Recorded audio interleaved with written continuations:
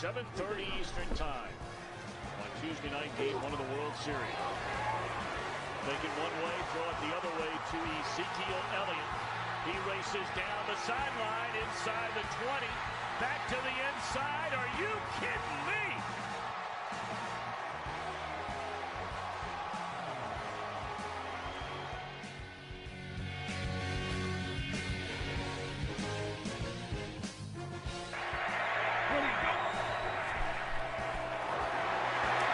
Pass rush coming. And Rogers, a perfect throw and simply dropped by Martellus Bennett. It would have been a first down, and Rogers is hurt.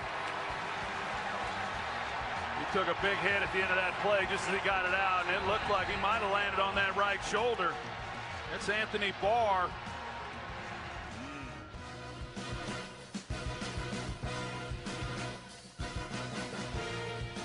Welcome to A League of Fire and Ice. As you can see, we're going to start the scoring here.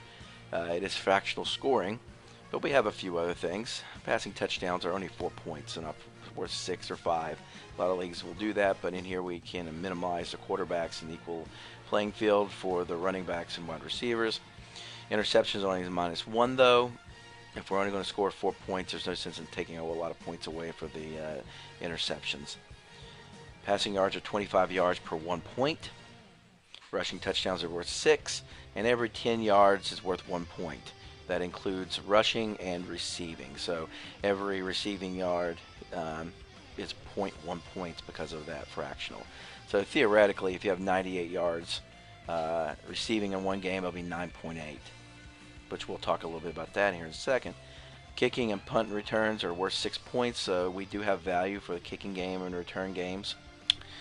Miscellaneous, 2 points. That could be the 2-point conversions. The fumbles loss is worth 1 point per loss, so it's a -1.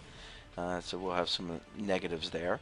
Offensive touchdown returns or fumble returns will be worth 6 points, and that includes, like for instance, say a player picks up a fumble in the end zone for a touchdown, that will count for them.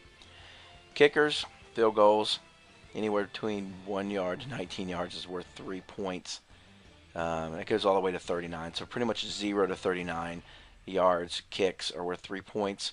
But then you get your extra bonuses for 40 to 49 yards. And then anything over 50 is worth 5 points. Point after attempts are worth 1 point. Also, our defensive scoring, if they're not giving up points, that's good. 10 points is a big bonus there. Anything between 1 to 6 points is worth 7. 7 to 13 is 4. And then we get to 20. Anything past 20, you're not going to get any kind of points for the scoring. As you can see, it gets to 28 to 34 points. Then now you're getting attacked here. You're going to be losing total points. There have been games last year that I had, if I didn't play defensive all, I would have had more points. 35 points plus, though, it's -4. So be careful about those teams that score a lot of points.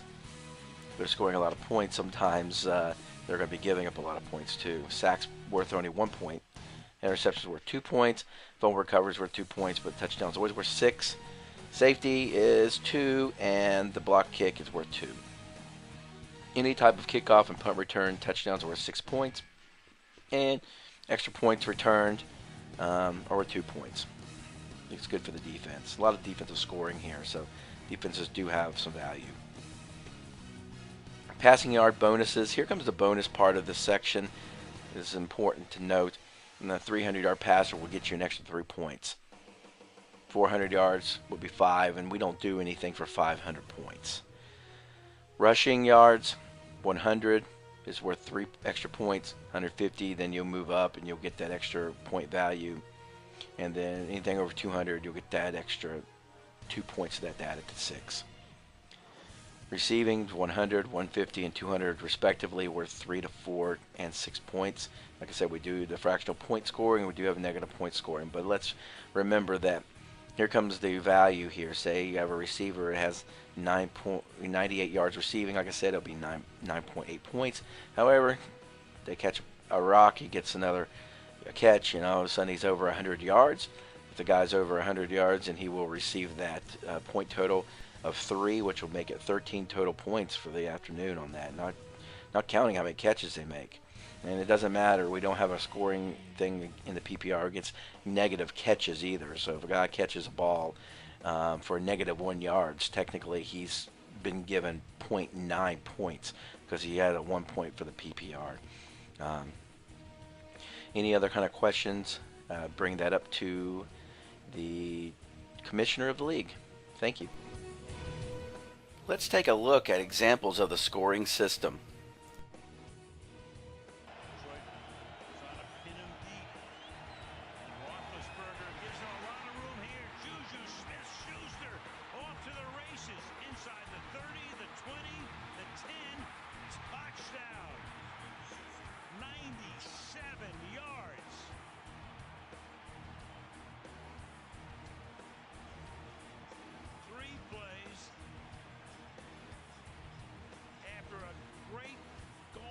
Stand and the youngest player in the league goes all the way.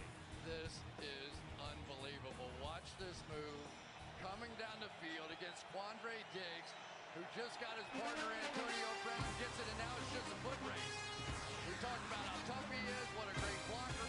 Pittsburgh today is 3rd and 2, 18 consecutive runs, and this one made all the way. Fournette to the house. He's chased by Davis. And Leonard Fournette racing 90 yards, and Shad Khan, their owner, coming up with one of the biggest wins since he has owned the team, obviously. And the right guard, Khan, come around. Boy, what a great looking run by Leonard Fournette. Remember, this is an auction league. You'll be given $150 cap to spend on players. Once money has been spent by every owner, the traditional snake draft is in effect. The snake draft will go from 1 to 10, then 10 to 1. If a person has $1 left, the person may successfully bid on players left on the board. There is no trading for extra money in leagues, and especially this league.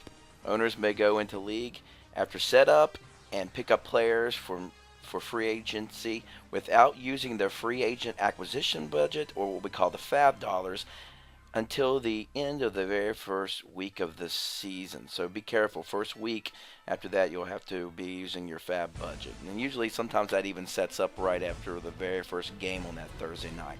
So just pay attention to that.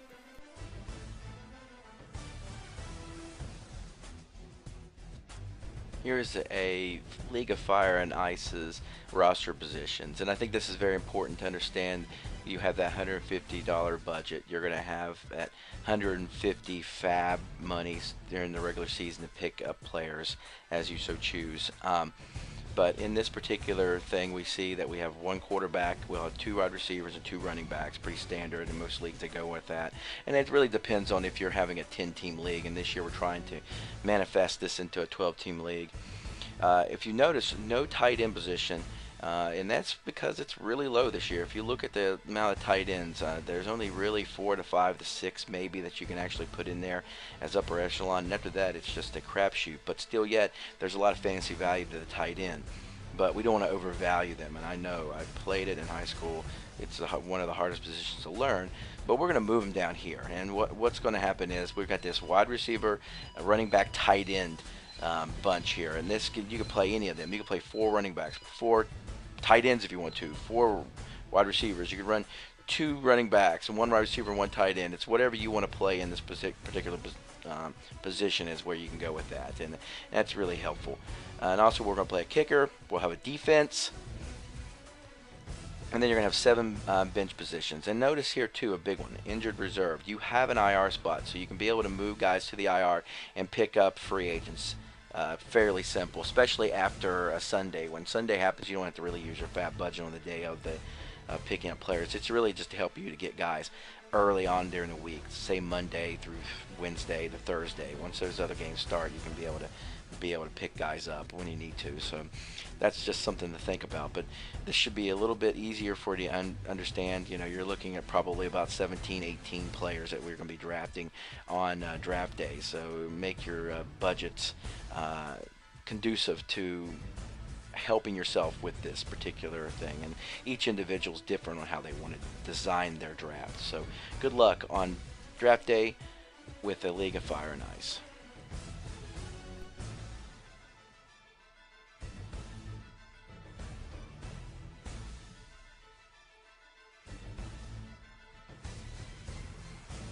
Here we go. First snap of the overtime. The Broncos have been in 3 overtime games this year. They won them all. Got him. Got him at the 40. It's Thomas at the 50. Stiff arm got him free to the 30, to the 20. Thomas to the 10. Denver's going on to New England. They win it on the first play of overtime.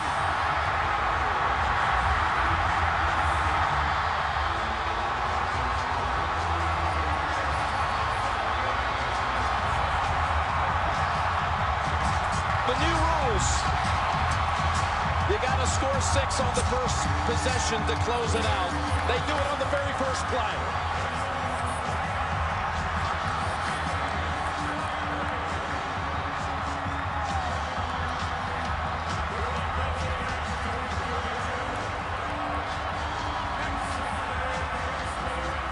He was open at the 40.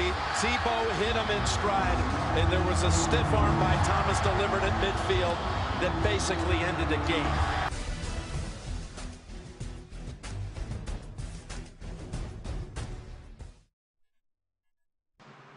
Mother of God.